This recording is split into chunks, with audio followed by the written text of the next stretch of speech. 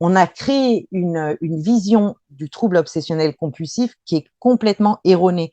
C'est-à-dire que quelqu'un, on va dire, ah ben moi je suis maniaque, j'ai des tocs. Non, non, il y a pas en fait il y a pas de plaisir ou il n'y a pas de maniaquerie ou de choses comme ça. C'est vraiment une souffrance très forte, une angoisse tellement forte qu'en fait, voilà, on va pallier avec les tocs, mais il y a pas de plaisir réel et surtout pas dans la durée, en fait. Au contraire, en fait, on s'en aperçoit quand on est déjà rentré dedans.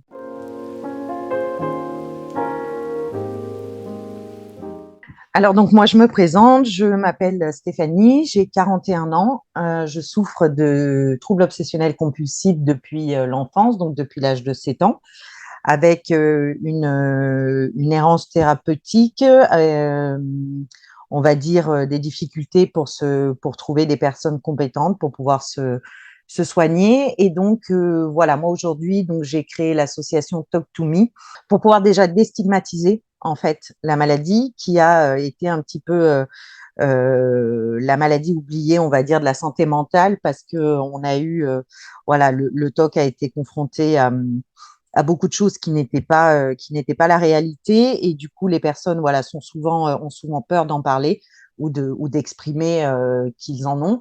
Donc, du coup, c'est une double peine parce qu'en fait, ils n'arrivent pas à en parler, donc du coup, ils restent avec tous ces troubles, et plus on reste avec, et plus il- on s'y habitue, entre guillemets, et il se développe de plus en plus. Donc nous, aujourd'hui, ce qu'on veut, c'est surtout en parler, montrer qu'on est là, qu'on a cette pathologie depuis longtemps, mais qu'il faut absolument en parler, ne plus avoir honte, et surtout, voilà, pour pouvoir commencer un travail en fait de rétablissement.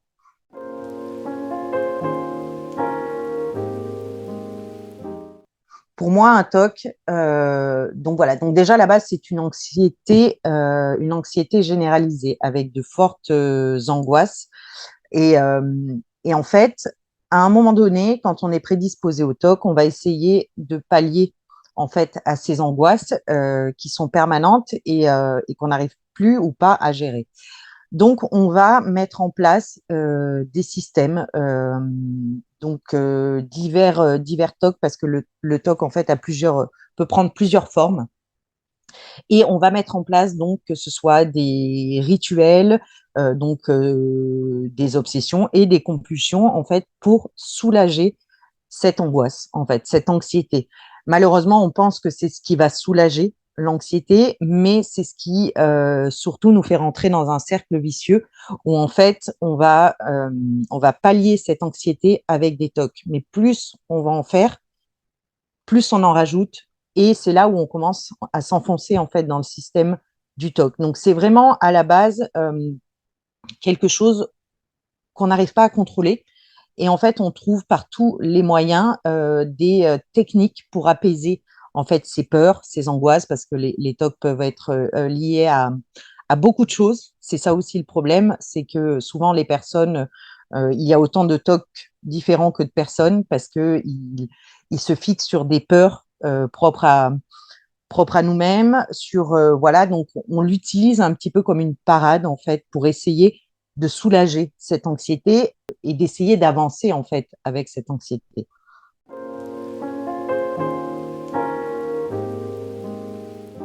C'est le, le TOC est très vicieux, donc oui, complètement. En fait, je comprends.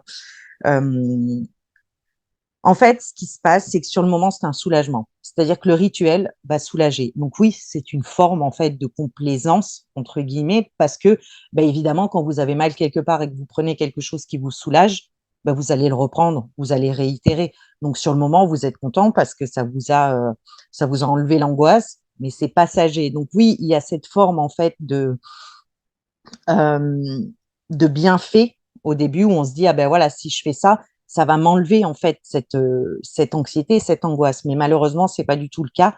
Au contraire, ensuite on va le faire pour tout. Dès qu'on va être angoissé ou dès qu'on va avoir quelque chose qui nous pose problème, on va pallier avec des tocs, et c'est là où est le piège, parce que ça ne fait que empirer sur la durée.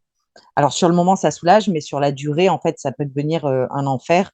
Et c'est pour ça qu'il ne faut pas rentrer en fait dans ce système-là où on pense que ça va nous faire du bien, alors que sur la durée, ça va détruire en fait la personne. En fait, le problème du TOC, ça a été aussi l'image qu'on lui a donnée, c'est-à-dire on a créé une vision du trouble obsessionnel compulsif qui est complètement erronée. C'est-à-dire que quelqu'un, on va dire, ah ben moi je suis maniaque, j'ai des tocs. Non, non, y a pas en fait il y a pas de plaisir ou il n'y a pas à la base de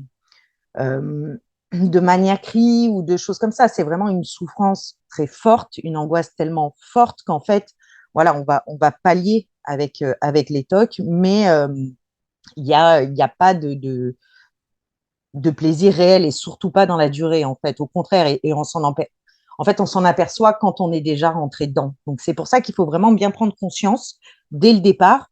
Et aussi, voilà, l'image qui a été donnée à ces troubles ont fait que les gens n'ont plus réussi à se reconnaître aussi et à se dire bon ben voilà, tout le monde parle de TOC, tout le monde dit bon ben j'ai des TOC, ou alors ah, ben, elle fait ça donc elle a des TOC. Donc du coup on a l'impression de rentrer dans un système où on est comme monsieur tout le monde et que nous, ça nous dérange. Mais en fait, pas du tout. On est vraiment à part et on peut pas. Souvent, souvent on entend dire ah ben moi aussi j'ai des tocs, je connais bien. Mais en fait, il faut distinguer le trouble obsessionnel compulsif de quelqu'un qui peut être maniaque ou quelqu'un qui. Après, on passe tous par des phases aussi de trouble obsessionnel compulsif avec des petits rituels, des choses qui nous protègent. Tout le monde va marcher quelque part et dire à un moment donné, oh, ben, si je marche là, il va arriver ça. C'est un fonctionnement qui peut être logique en fait, qui est induit par notre cerveau, mais qui est logique et qui arrive presque à tout le monde. À part que nous, c'est quelque chose dans lequel on va croire complètement et dans lequel on va rentrer en fait. Et c'est à ce moment-là où le côté rationnel devient irrationnel.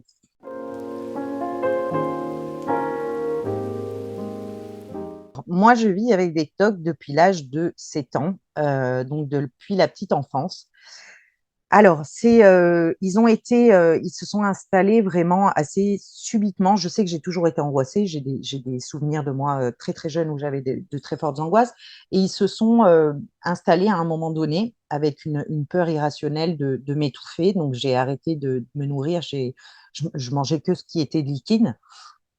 Et à partir de ça, bon, ben, ça a été un déferlement. Bon, voilà, j'ai réussi mes parents m'ont amené voir un psychiatre à l'époque, donc dans les années début 90, c'était pas encore très très connu et bien pris en charge.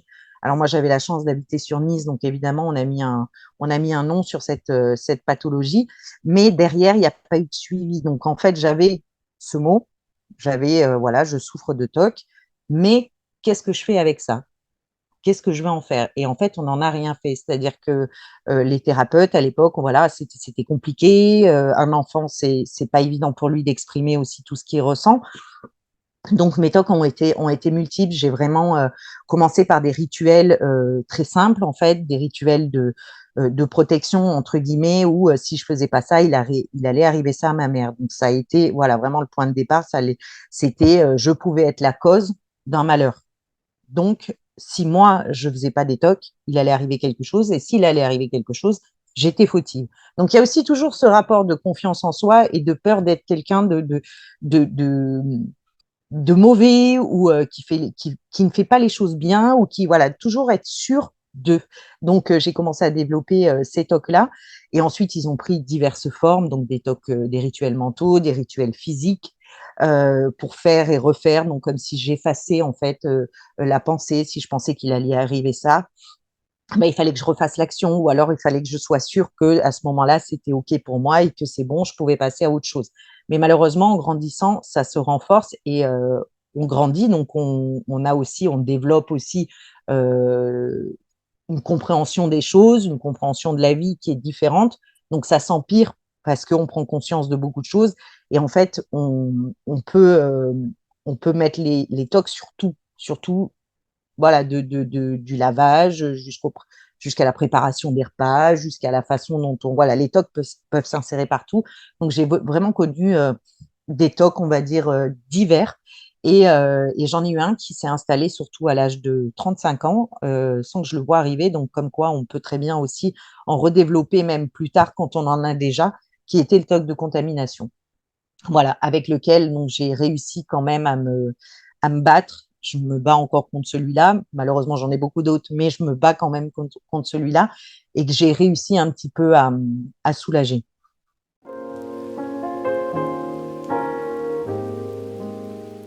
Ça, c'est pas du tout prédéfini, puis c'est très, oui, oui, c'est très vicieux en fait comme pathologie malheureusement, et ça peut être aussi très intéressant entre guillemets dans la façon aussi de comprendre les gens et de comprendre pourquoi est-ce que, quelles sont leurs peurs et quelle est la base en fait de leur le départ, pourquoi ils ont, et c'est là aussi qu'on peut travailler, c'est comprendre soi-même en fait ce qui nous a poussé à ça et pourquoi est-ce qu'on le fait.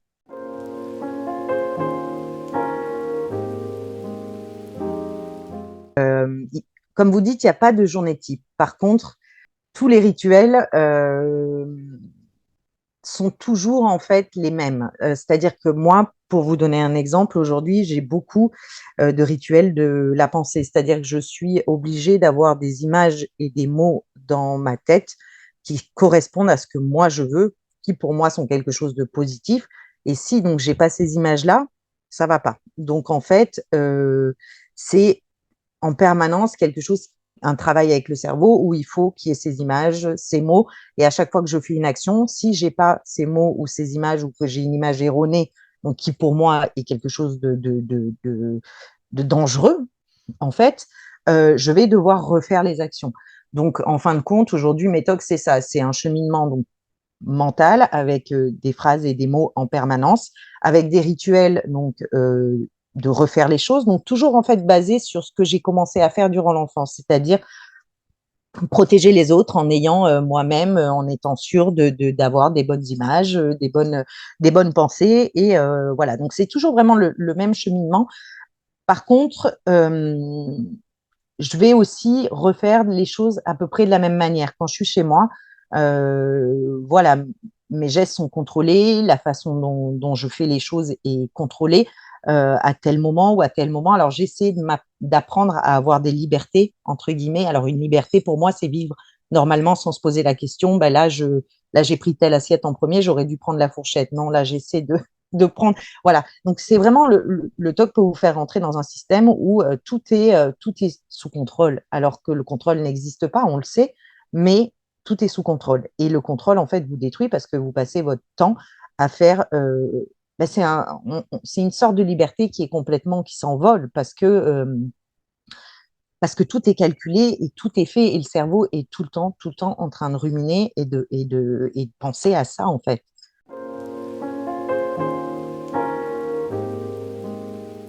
Oui, mais le problème, c'est qu'en fait, ces rituels de pensée m'apaisent, c'est-à-dire ces images que je vois qui sont pour moi positives vont m'apaiser, mais en fin de compte, c'est à la fin de la journée, elles m'apaisent plus parce que du coup, ça a été un travail. C'est comme quand on dit, bah, il faut pas que tu penses à ça, vous allez y penser. Donc du coup, c'est tout le temps cette espèce d'échange je vois cette image, non, non, il faut pas, il faut que j'envoie une autre. Donc du coup, c'est tout le temps l'apaisement, on le trouve pas en fait là-dedans.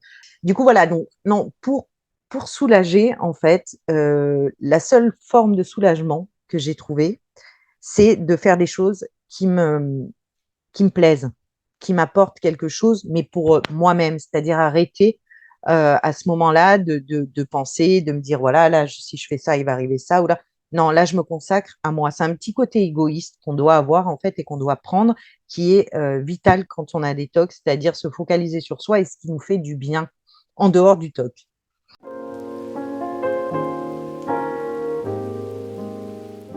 Malheureusement, les professionnels que j'ai rencontrés, déjà, j'avais du mal à exprimer mon trouble. Donc, évidemment, ils ne pouvaient pas deviner. Ils ne pouvaient pas deviner ce que j'avais dans ma tête et ils étaient peut-être pas assez formés donc, sur le TOC. Donc, malheureusement, ils n'ont pas essayé de me faire rentrer en fait en échange avec eux sur ce sujet-là précisément. Donc, niveau rétablissement, voilà, j'ai eu une psychiatre qui, elle, m'a fait reprendre confiance en moi. Et ça m'a aidé. Le fait de reprendre confiance, peut aussi aider la personne qui a des TOC à avancer, en fait. Parce que souvent, voilà, on a une dévalorisation de soi, on peut tomber dans des dépressions, il y a beaucoup de choses comme ça. Donc, le fait de se comprendre, de s'accepter, de reprendre confiance. Et voilà, ça m'a beaucoup aidé. Alors aujourd'hui, j'échange, je sais qu'il y a des professionnels qui sont vraiment, j'ai découvert des personnes vraiment très bien grâce voilà à Internet, le fait d'échanger aussi avec des personnes qui sont partout en France, donc où j'ai vu qu'il y avait des, voilà, que j'aurais aimé rencontrer peut-être ces professionnels plus jeunes. Mais ce qui m'a vraiment aidé, en fait, c'est d'avoir échangé avec des personnes comme moi. C'est-à-dire me rendre compte que je n'étais pas seule, que je n'étais pas seule sur Terre à avoir tout ça et que bien au contraire, il y en avait beaucoup qui en souffraient et ça m'a permis de faire un gros pas en avant.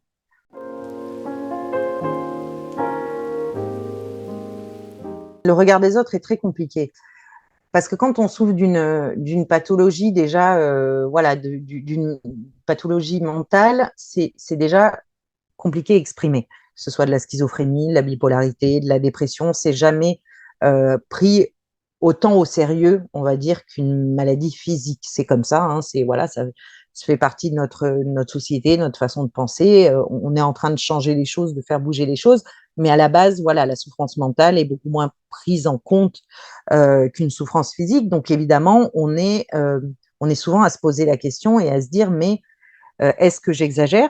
Parce que les gens, en fait, me font comprendre que c'est pas grave ou que c'est facile, en fait, d'en sortir. Et donc, il y a une culpabilité qui s'installe. Et en fait, souvent, quand on a des TOC, on apprend à devenir un caméléon dès le départ pour cacher, en fait, tout ça et pour pouvoir ne pas avoir ce jugement et le regard, en fait, des autres. Pour la plupart des personnes qui ont des TOC, on arrive vraiment à les gérer, souvent, que ce soit dans le milieu du travail ou que ce soit à l'extérieur avec les amis.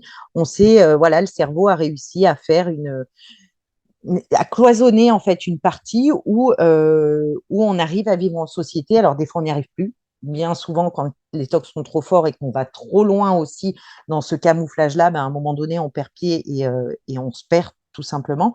Mais voilà, on a cette capacité-là à les cacher, alors que bien au contraire, il faut en parler et il faut surtout déjà ne plus avoir honte de ça et pouvoir dire aux gens, même s'ils comprennent pas, voilà, on leur exprime. C'est pour ça aussi, nous, qu'on veut, avec Talk to Me, montrer, en fait, à la société ce qui est réellement ce trouble et l'impact, en fait, qu'il peut avoir dans la vie, euh, sur les gens, sur la famille, sur tout, en fait. Et pour pouvoir aussi dire, ben voilà, c'est une maladie comme une autre. Le cerveau, c'est un organe. Il est, à ce moment-là, il est malade parce que ben, il y a quelque chose qui fonctionne mal en fait, tout simplement. Donc, quand on a une jambe qui fonctionne mal, bon, ben, tout le monde comprend on a du mal à marcher. Quand on a un cerveau qui fonctionne mal, ben, on a du mal aussi à avoir des raisonnements, des fois, ou des choses qui sont comme Monsieur Tout le Monde. Et ça, il faut vraiment que les gens arrivent à le comprendre et à l'accepter surtout, et pour pouvoir permettre aux malades cette culpabilité aussi de se dire, mais en fait, est-ce que je suis réellement malade? Est-ce que voilà, c'est vraiment très compliqué. En plus, souvent, on ne parle pas réellement en fait du fond de notre maladie. On va en parler à la surface, c'est-à-dire dire bon ben voilà, je fais ça ou j'ai peur de ça. Mais donc les gens peuvent pas comprendre réellement ce système qui est à l'intérieur et qui peut amener à des voilà, à des difficultés énormes. Et en fait, c'est ça qu'il faudrait aujourd'hui expliquer, c'est cette réelle souffrance c'est réellement en fait une maladie, tout simplement.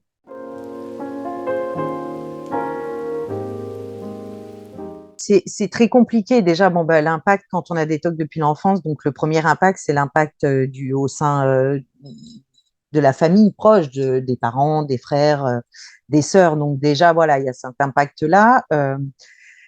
Avec évidemment, ben, on n'a pas tous, voilà, il y a des personnes qui vont avoir des parents qui vont pas comprendre ou qui sont pas du tout aptes malheureusement à comprendre ce genre de problème. Il y a des parents qui eux sont là pour aider leurs enfants, mais c'est très compliqué aussi de soutenir en fait un enfant avec des troubles, il faut aussi connaître ses limites, il y a plein de choses. C'est pour ça qu'on parle de l'entourage. Pour nous, c'est très important l'entourage parce qu'en fait, ça peut être la clé aussi quand on a des enfants qui souffrent de TOC, on est démunis en tant que parents et peut-être de comprendre aussi les choses, ça aide à pas faire certaines erreurs ou à faire des, voilà, c'est donc il y a vraiment aussi une aide pour les parents et pour les aider en fait à vivre avec un enfant souffrant.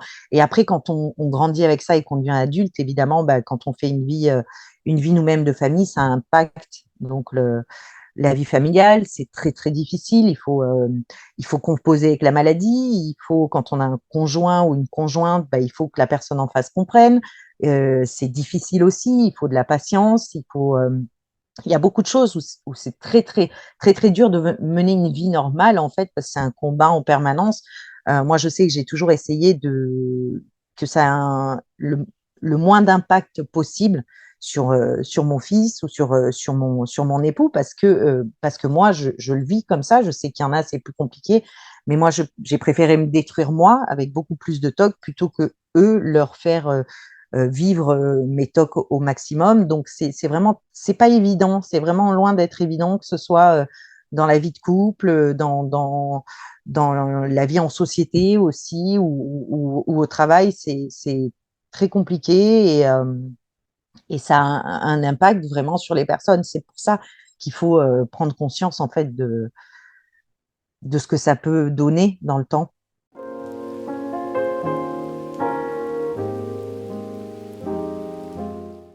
Il y a des personnes en fait qui rentrent dans le système du TOC. C'est-à-dire, moi, j'entends des fois des conjoints ou des parents qui disent, bon, ben moi, je sais plus ce qu'il faut que je fasse. Est-ce qu'il faut que je l'aide? Est-ce qu'il faut... C'est vrai qu'il faut trouver un juste milieu parce qu'en fait, quelqu'un qui a des TOC va vous absorber. S'il sent que vous pouvez l'aider ou si vous commencez à demander, par exemple, pour être assuré, est-ce que j'ai bien fait ça? Est-ce que j'ai bien fait ça? Est-ce que tu peux vérifier ça à ma place? Ou est-ce que euh, en fait, il ne faut pas rentrer dans ce jeu-là parce que ça nous permet. Alors, c'est très dur parce que moi, je sais que mon mari a toujours essayé de me pousser vers le fait de ne pas rentrer dans mon jeu. Mais c'est un mal pour un bien parce que ça devient vite un engrenage en fait. Voilà, ce qui m'a apporté, c'est surtout voilà qu'on rentre pas en fait dans ce système-là. Alors évidemment, on crée d'autres tocs pour pallier en fait à ce manque de réassurance, de demander aux gens, tout ça. Donc c'est plus dur pour nous, mais quelque part, plus c'est dur, plus on arrive aussi à les combattre en fait. Parce que si on dit aux gens, bah, fais ça ou fais ça pour moi ou fais ça, on va se laisser submerger, on va se laisser dépasser en fait, et la personne va être dépassée, nous on va être dépassés, et c'est pas la solution. Donc en fait, moi, l'impact que ça a eu, c'est vraiment de me confronter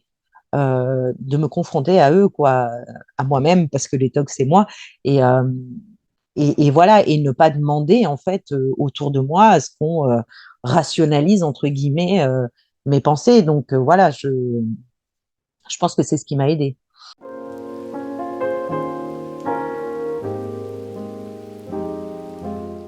Alors le chemin, j'ai l'impression que c'est un grand 8. Donc en fait, le chemin de j'ai progressé, j'ai peut-être alors ce qu'il y a c'est qu'on progresse, on progresse sur un, après il y en a un autre qui s'installe des fois malheureusement. Donc moi pour ma part hein, mon chemin de vie est un peu compliqué voilà parce qu'il y a eu des tocs toujours en plus qui sont rajoutés des choses. Là où j'ai avancé, c'est surtout ces dernières années sur une prise de conscience. Une prise de conscience aussi que les TOC, en fait, ce qu'étaient réellement les TOC pour moi. C'est-à-dire cette peur d'être la cause de pourquoi j'ai autant de culpabilité, pourquoi j'ai autant de peur, pourquoi est-ce que euh, voilà, je me suis beaucoup, beaucoup posé de questions par rapport à ça et j'ai voulu vraiment me mettre face à moi-même, en fait.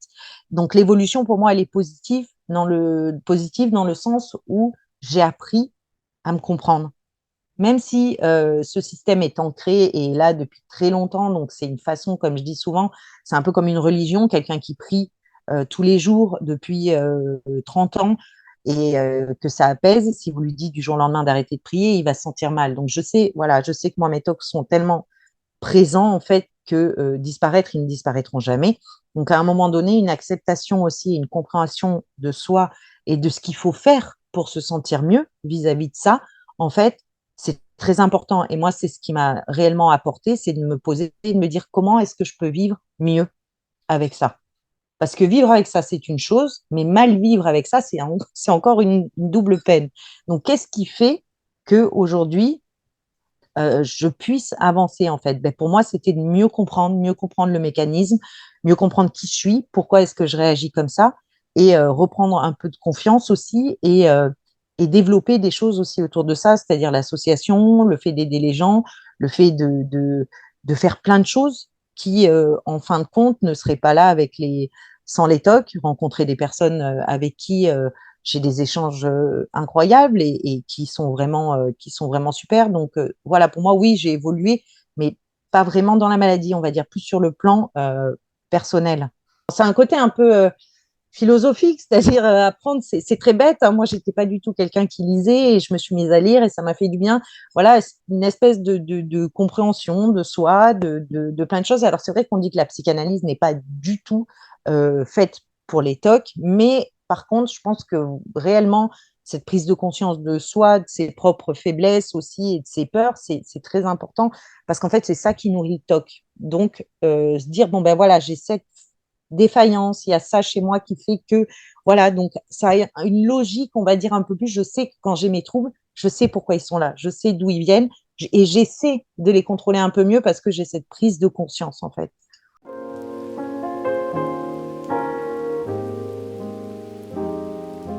Moi, ce que je peux dire, c'est de sortir du silence parce que plus on reste, c'est pas quelque chose qui disparaîtra du jour au lendemain et ça, les personnes, faut vraiment qu'elles le prennent en compte et se dire bon là, il faut que j'en parle. Donc, le premier pas, c'est d'en parler. Aller parler des fois à des spécialistes en premier, c'est compliqué pour certaines personnes. Donc, se rapprocher, pour moi, c'est se rapprocher quand on n'arrive pas à aller vers des spécialistes au départ, c'est se rapprocher de personnes, en fait, qui souffrent de la même chose, donc d'associations, euh, de groupes de parole, de groupes Facebook, de plein de choses comme ça pour pouvoir déjà échanger et se rassurer, en fait. C'est déjà, je pense, quelque chose que les personnes voilà, qui ont envie en fait de sortir de ça peuvent faire, c'est-à-dire venir vers nous et nous dire voilà comme beaucoup font, hein, j'ai beaucoup d'échanges avec des personnes où on me dit bah voilà c'est la première fois que j'en parle, j'ai besoin de ça, ça et ça, j'ai jamais vu de thérapeute, comment est-ce que je peux faire? Et nous on leur donne un petit peu cette espèce, on est un petit peu ce, ce pont entre la personne et la possibilité de rétablissement avec des professionnels. On va les orienter et c'est vraiment de venir en fait vers nous s'ils n'arrivent pas à aller vers des spécialistes ou s'ils n'arrivent pas à parler à leur entourage, de venir en discuter avec nous parce qu'on sait ce que c'est. On n'est pas du tout dans le jugement, bien évidemment, et heureusement, parce que voilà. Mais du coup, voilà, ça serait de se rapprocher de nous pour pouvoir déjà commencer à reprendre confiance et à se dire, bon, là, je peux en parler. Ça veut dire que voilà, il y a des personnes qui en souffrent et je vais peut-être pouvoir me faire aider.